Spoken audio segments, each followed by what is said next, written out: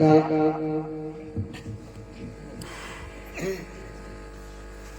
ایک مقصد ہوتا ہے کہ جو بھی جلسہ ہو،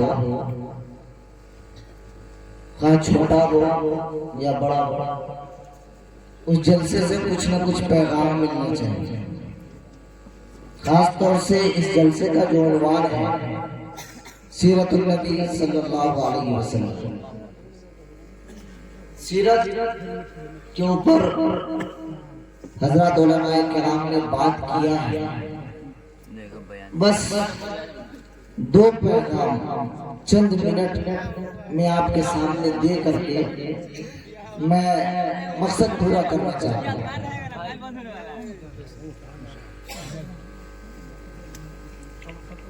الحمدللہ نحمده ونستعينه ونستغفره ونؤمن به ونتوكل عليه ونعوذ بالله من شرور أنفسنا ومن سيئات أعمالنا، من يهده الله فلا مضل له ومن يضلل فلا هادي له، ونشهد أن لا إله إلا الله وحده لا شريك له، ونشهد أن سيدنا وسندنا ونبينا وحبيبنا ومولانا محمدا عبده ورسوله، أما بعد، أعوذ بالله من الشيطان الرجيم، بسم الله الرحمن الرحيم،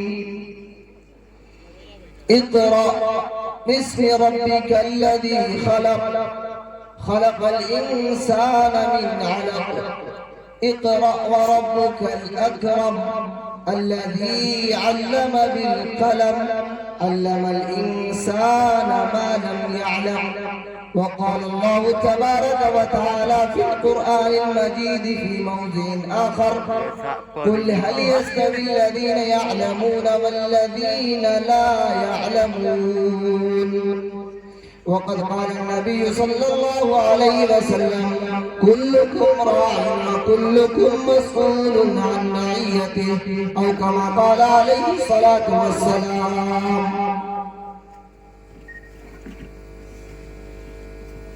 نور خدا ہے کفر کی حرکت پہ خندزن، نور خدا ہے کفر کے حرکت پہ خندزن، پھونکوں سے یہ چراغ بجھایا نہ جائے گا۔ میرے معزز سامعین کرام، اسٹیج پر بیٹھے رونق افروز علماء کرام، پردہ نشی خواتین جو اب تک کے رات بیتے وقت تک کے انتظار میں بیٹھی اللہ اور اس کے رسول کی پیاس لیے ہوئے، سیرت النبی صلی اللہ علیہ وسلم کا یہ جلسہ نبی پاک علیہ السلام کی زندگی، نبی پاک صلی اللہ علیہ وسلم کا کلچر، رسول پاک صلی اللہ علیہ وسلم کی زندگی کا جو باب ہے، اس باب کے اندر ایک باب علم کا باب بھی ہے۔ دو پیغام صرف چند منٹ میں آپ کو دینے کے لیے یہاں پر بیٹھا ہوں۔ پہلا یہ کہ انسان، خاص طور سے انسانوں میں مسلم کمیونٹی، مسلم سماج، مسلم سوسائٹی، مسلم لوگ یہ علم سے کتنے دور چلے گئے، ان کو علم کتنا حاصل کرنا چاہیے تھا۔ اور دوسرا جو پیغام میرا ہے وہ یہ ہے کہ ہمارے کلچر کے اندر جو بے پردگی آ رہی ہے، ان بے پردگیوں کا کیا علاج ہونا چاہیے۔ بس یہ دو باتیں میں آپ کے سامنے رکھ کر کے رخصت ہو جاؤں گا۔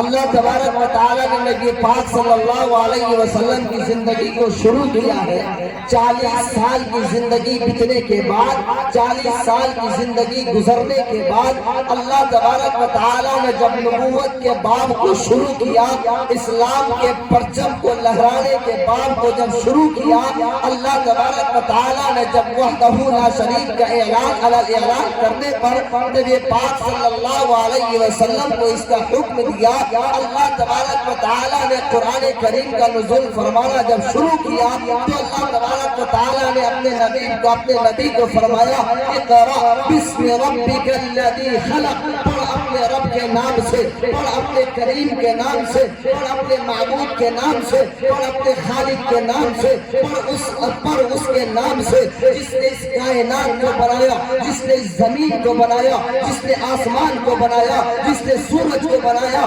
الغرض دنیا کی ایک ذرے کو پیدا کیا، اس رب کے نام کو لے کر کے پڑھ۔ اور اللہ تبارک و تعالیٰ دوسری جگہ ارشاد فرماتا ہے قل هل يستوي الذين يعلمون والذين لا يعلمون۔ ایک جگہ اللہ تبارک و تعالیٰ نبی سے فرماتے ہیں آپ پڑھیے اپنے رب کے نام سے،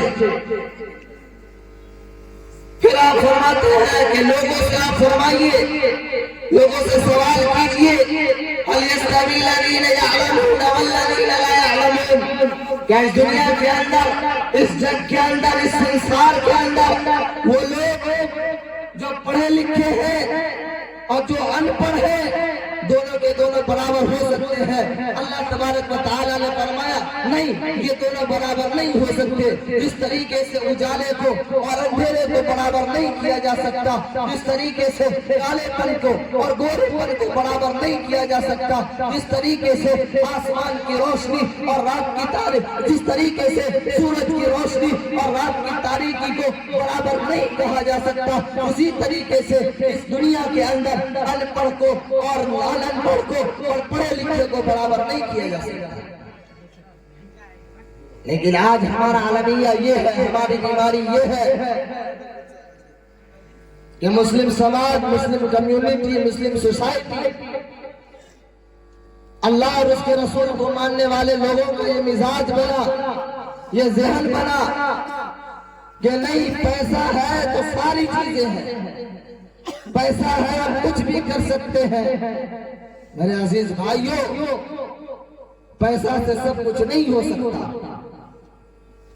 اور دوسری پہلو یہ ہے کہ اگر ہم نے پڑھانے پر آمادہ ہوا، ہم نے علم دینے پر آمادہ ہوا تو ہمارا ذہن اس طرف گیا کہ مدارس کی پڑھائی سے کیا ہوگا، قرآن کی تعلیم سے کیا ہوگا، نبی اور رسول کے فرمان کو سیکھ سکھا کر کیا ہوگا۔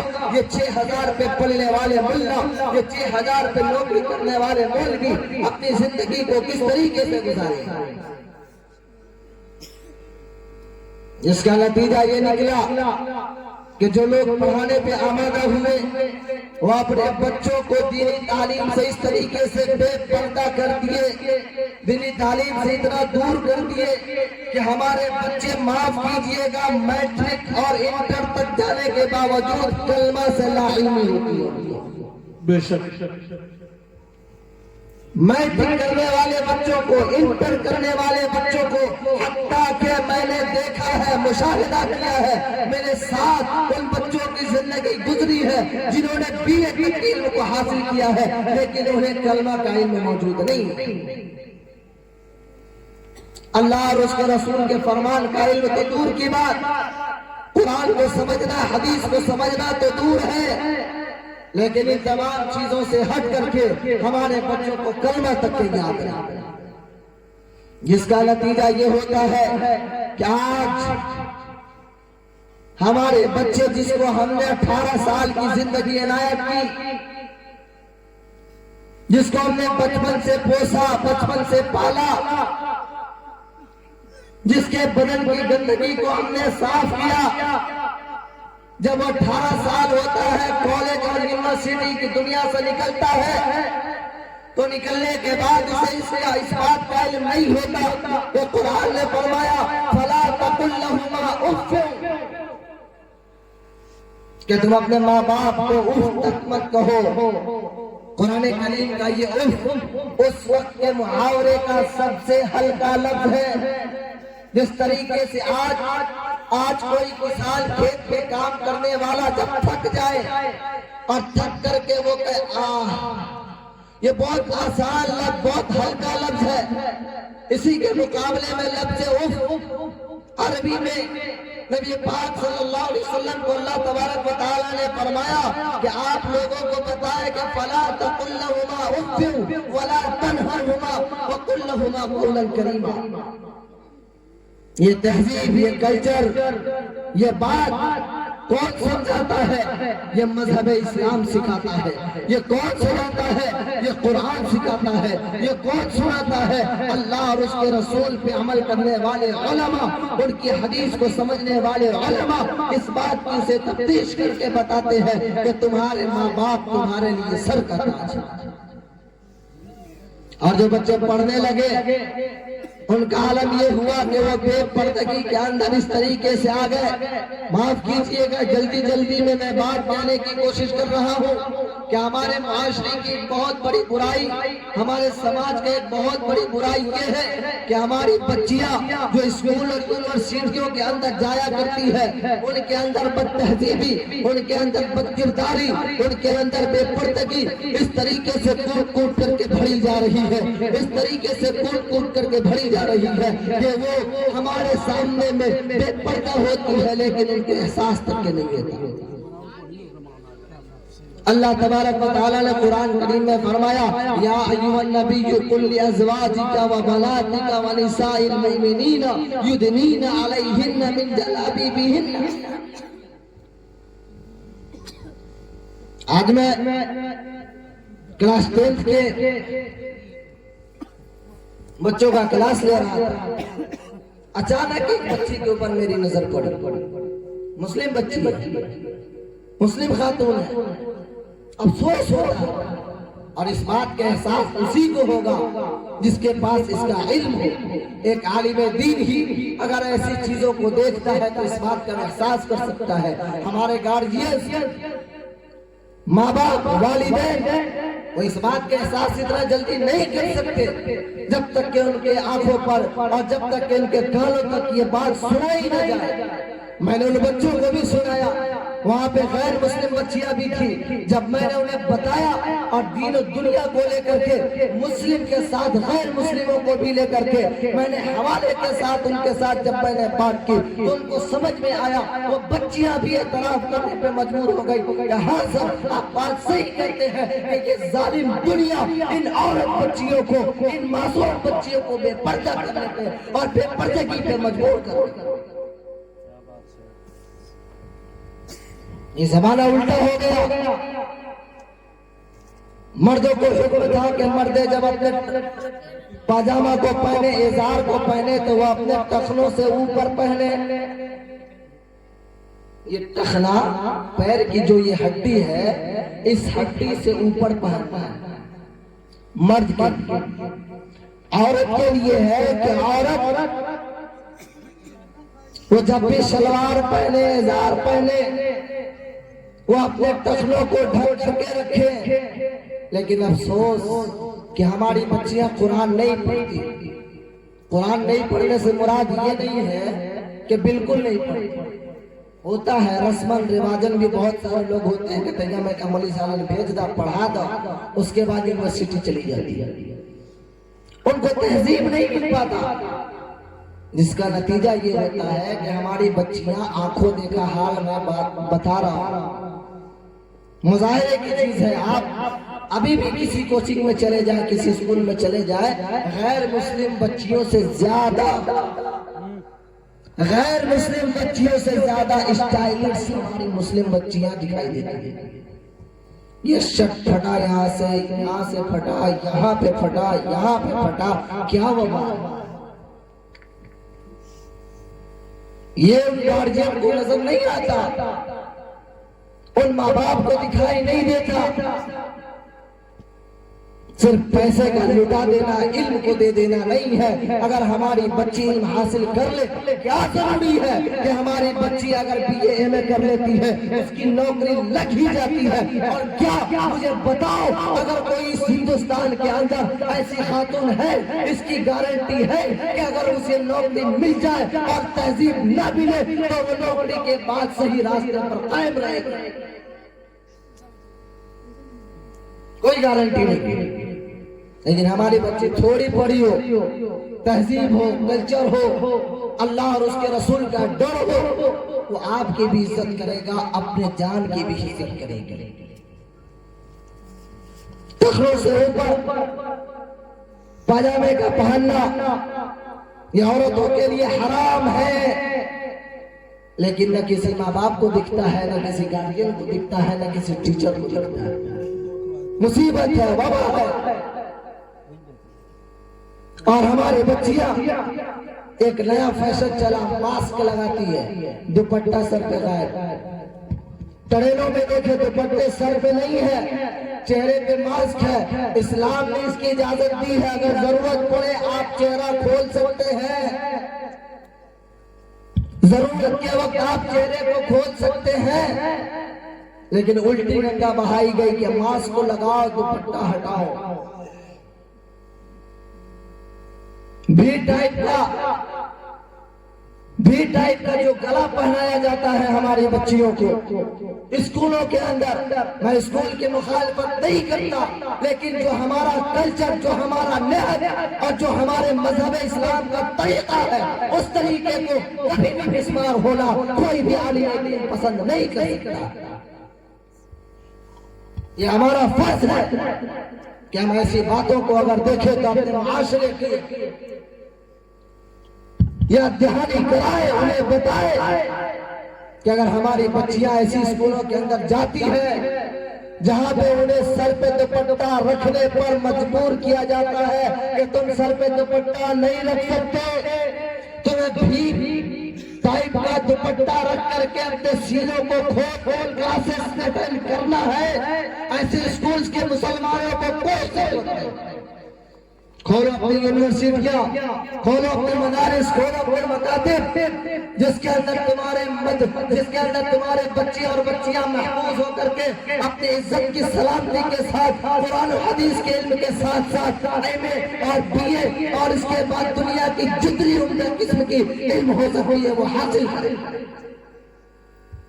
لیکن اس قوم کو فرصت نہیں ہے، معاف کیجئے گا، اس قوم کے پاس اب پیسے آیا ہے تو یہ ایک کام کرے گا، جب شادی ہوگی تو شادی میں بیجا پیسے خرچ ہوں گے، بڑے بڑے شامیانے لگ جائیں گے، بڑی بڑی کرسیاں آئیں گی، بڑے بڑے نوٹنکی والے آئیں گے، بڑے بڑے عواش عیاش آئیں گے، لیکن مدارس دینیہ قائم کرنے کی حیثیت مسلمانوں کی نہیں۔ تو مدارس والوں سے ڈیمانڈ کرو کہ ہمارے بچیوں کو دینی تعلیم کے ساتھ ساتھ عصری تعلیم بھی وہ انتظام کریں گے، لیکن شرط یہ ہے کہ اس کی چاہت ہمارے دلوں کے اندر ہونی چاہیے، اس کی چاہت ہمارے دلوں کے اندر ہونی چاہیے۔ اگر ہمارے دل کے اندر نہیں ہوگی تو یہ مدارس والے کیا کر سکتے ہیں؟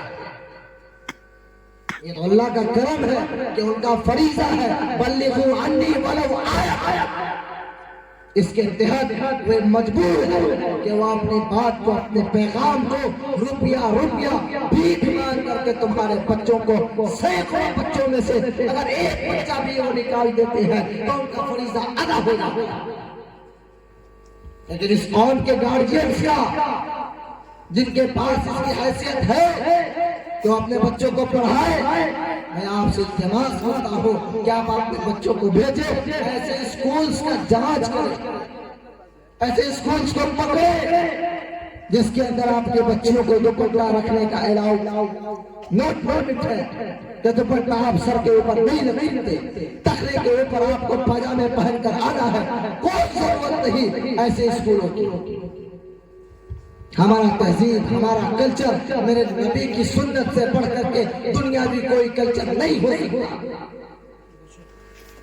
مسلمان اپنا جان دے سکتا ہے، مال دے سکتا ہے، لیکن یہ کبھی نہیں دے سکتا کہ وہ اپنے نبی کی عزت اور جاہ و جلال نہیں ہو سکتا۔ لیکن میرے عزیز بھائیوں، تمہارے ذہن کو کھولے تو ہم تو مست ہیں کہ ہمارے سامنے اچھے اچھے لچھے دار تقریریں ہو جائے، کھڑی کھوٹی باتیں سنانے والے کوئی نہ آئے، بہت اچھے مولوی صاحب ہیں۔ یہ معاشرے کی گندگی ہے اور اس کا نتیجہ یہ ہو رہا ہے کہ ہماری مسلم بچیاں غیر مسلموں کے ساتھ اپنا تعلق قائم کر کے اور جب چلی جاتی ہے تب ہم تعویذ گنڈے کے لیے ڈھونڈتے ہیں، مولوی صاحب ہماری بچی غائب ہوئی، دعا کر دیجئے لوٹ کر چلے۔ کیسے آئے گی بھائی؟ حضرات محترم، ان تمام چیزوں کو دیکھتے ہوئے ہمیں یہ پیغام لے کر کے جانا ہے کہ اپنے بچیوں کے اوپر ہمیں خاص طور سے کنٹرول کریں، قرآن کی تعلیم کو عام کریں، سیرت نبی کو سیکھیں، بچوں کو سکھائیں، بتائیں کہ ہمیں کس طریقے سے، ہم نے کس طریقے سے اپنی زندگی کو گزارا ہے، میرے نبی نے کس طریقے سے زندگی کو گزارا ہے، اور پھر اس کے بعد ہمیں کیا کرنا چاہیے، اور اپنے بچوں کے اوپر کنٹرولنگ پاور جو ہو رہا ہو وہ اپنے ہاتھوں کے اندر رکھیں۔ دعا کرے اللہ تبارک و تعالی ہم سبوں کو کہنے سننے سے زیادہ عمل کرنے کی توفیق عطا فرمائے۔ ہمارے